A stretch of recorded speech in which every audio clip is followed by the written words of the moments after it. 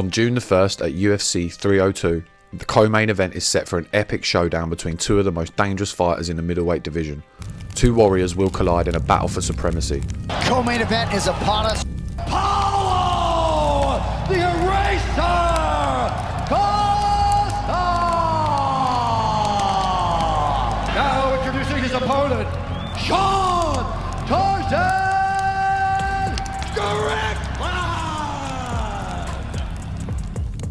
Both are formidable fighters with everything to gain and everything to lose. Paulo Costa. This is a close fight. Respect to Sean Strickland for taking it, because Paulo Costa's no walk in the park. Both chat absolute madness most of the time. I like Costa. Costa's nice. He's a funny guy. He makes me laugh. He's pro free speech. I like that guy.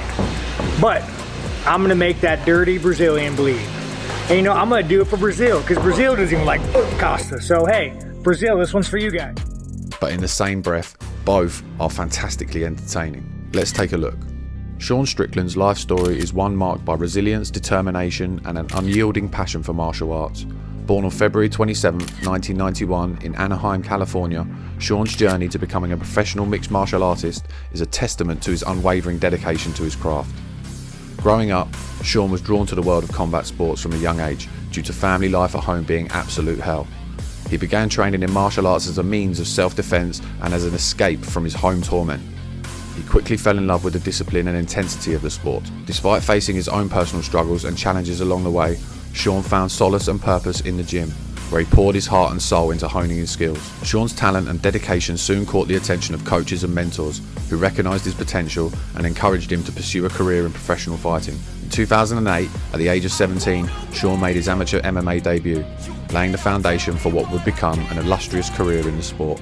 As he rose through the ranks of the regional circuit, Sean garnered a reputation as a fierce and formidable competitor, with his aggressive Philly shell boxing fight style and a knack for finishing fights.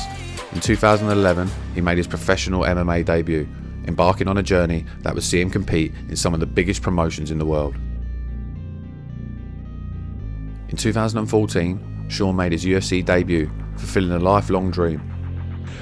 I've been around, but I finally got the opportunity to prove myself in the UFC, and I'm pretty excited. Can't wait for that opportunity.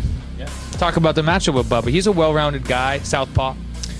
You know, I got the call on a pretty short notice. So was it 18-day notice? But I mean, I looked at Bubba, and he's an athletic guy, and he's big. So I mean, I think he's kind of skated by a lot because he's the athleticism and his stature. But I mean, I don't see much this guy has to offer me. From my training partner, from what I've done, from my skill level, I just can't see him being in my same level. I was stoked. When I went to Millennia, I was still with King of the Cage, and I was wanting to move on to the UFC for a long time, but, just legal business and fights I've owed. So once I handled all that, man, they hooked me up with a great management paradigm. And, dude, within a month, they gave me the call, and I was like, I'm ready, let's do it. Over the years, he has faced off against some of the toughest opponents in the sport, showcasing his skills and tenacity inside the octagon throughout his career. Sean has faced his fair share of challenges and setbacks, including his personal struggles. He also had a horrific injury that put his whole career in jeopardy. In 2018, Sean had a life-changing motorbike accident. Riding back home after a training session, he collided with a van that left him unconscious, in hospital, and with a leg that had been ripped apart. He was told he would never fight professionally again. But this isn't a regular gentleman we are talking about. This is the batshit mad Sean Strickland. He recovered, rehabbed, and got back to his old ways, which is insane to say the least. We're gonna go have a fucking death match for you guys, so let's fucking keep training hard and go in there and have a 5-round war. Each obstacle has only served to fuel his determination and drive to succeed. With an unwavering belief in himself and an unrelenting work ethic, Sean continued to push forward, overcoming adversity and proving his doubters wrong time and time again. Over the next couple of years, Sean slowly climbed the middleweight ranks, spoke a lot of shit while beating out all the competition to find himself in a title shot against Israel Adesanya in 2023. Without you guys, I would probably be a piece of somewhere. Now I'm a piece of with money. Let's go! If it wasn't UFC, I'd probably be cooking in a trailer in prison, so. You know what, man? The moment I post a video of me jerking off my fucking dog, I had to double check that shit just to make sure it was legit. And it was legit. Even being a huge underdog, he crushed Izzy in a 5-round decision. It was an epic performance, and Sean was on top of the world. And now speaking even more madness. He is a fun one for sure, but mouth will only get you so far. His first title defence, he fell short against the powerhouse Dricus du Plessis, who snatched the title from Sean in a close decision. Sean claims he won that fight, but he would have if he wasn't finished. He did want a rematch, but it now looks like Izzy will face DDP for the title. So where does this leave Sean if no rematch? Well, to everyone's delight, he is being matched up with another fan favourite, the machine that is Paulo the Eraser Costa, a man with lethal precision and unhuman power. Paulo Costa, nicknamed Borrachina, which translates to Eraser in Portuguese, is a Brazilian mixed martial artist who has made a significant impact in the UFC's middleweight division. Born on April 21st, 1991 in Belo Horizonte, Brazil, Costa's journey to becoming a professional fighter is characterised by his raw power, aggressive fighting style and undeniable talent. Costa's passion for combat sports began at a young age as he was drawn to the discipline and intensity of martial arts. He started training in Brazilian Jiu-Jitsu and Muay Thai, laying the groundwork for what would become a successful career in MMA. Costa competed in various regional promotions in Brazil, MMA Total Combat and Jungle Fight to name a few. He amassed an impressive unbeaten record while honing his skills and gaining valuable experience inside the cage. His relentless aggression and knockout power quickly caught the attention of fans and promoters alike, setting the stage for his eventual ascent to the UFC. In 2017, Costa made his UFC debut in emphatic fashion, scoring a first-round TKO victory over Gareth McLennan at UFC Fight Night 106. Everybody, I'm Nina and I'm here with Paulo Secret Juice Costa. From there, he went on a tear through the middleweight division. The Eraser was literally erasing his opponents. He became the boogeyman of the middleweight division, racking up a series of devastating victories over formidable opponents. One of Costa's most notable performances came in 2018, facing off against former UFC welterweight champion Johnny Hendricks at UFC 217.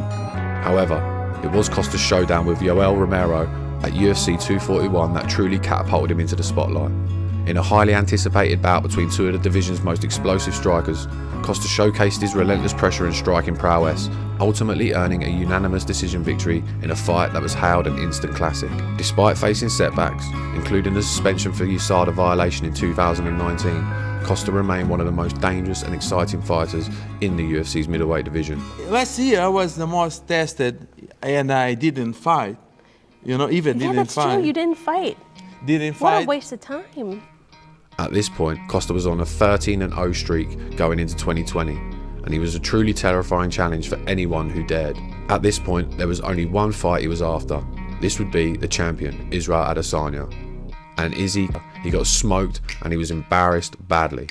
After that fight, Costa changed. He was no longer unstoppable, no longer stoic, and no longer considered the boogeyman. And he seemed unfocused. He missed weight in a bout against Marvin Vettori, which seemed purposeful, which he lost on a close decision. He then beat an old Luke Rockhold, and his most recent bout lost a very close battle to the Reaper Robert Whittaker. So he is 1-3 in his last 4. He has been very inactive in the last 4 years, only having 4 fights. I've always been a big fan of you, Paulo. I love the way you fight. I'm serious, I really do. You've had some amazing performances. The only thing for me as a fan, you don't fight enough. Yeah. There hasn't been a busy schedule lately. What the fuck? A lot of injuries and in my last fight contract. Okay. So I start to negotiations and discussions about that and take like 10 months of my year. Okay. I don't think he is on the slide, but this is what happens when you get to the top. Everyone is a savage. So maybe it's just a little blip in Costa's career. Fighting the best, you're not always going to get the W.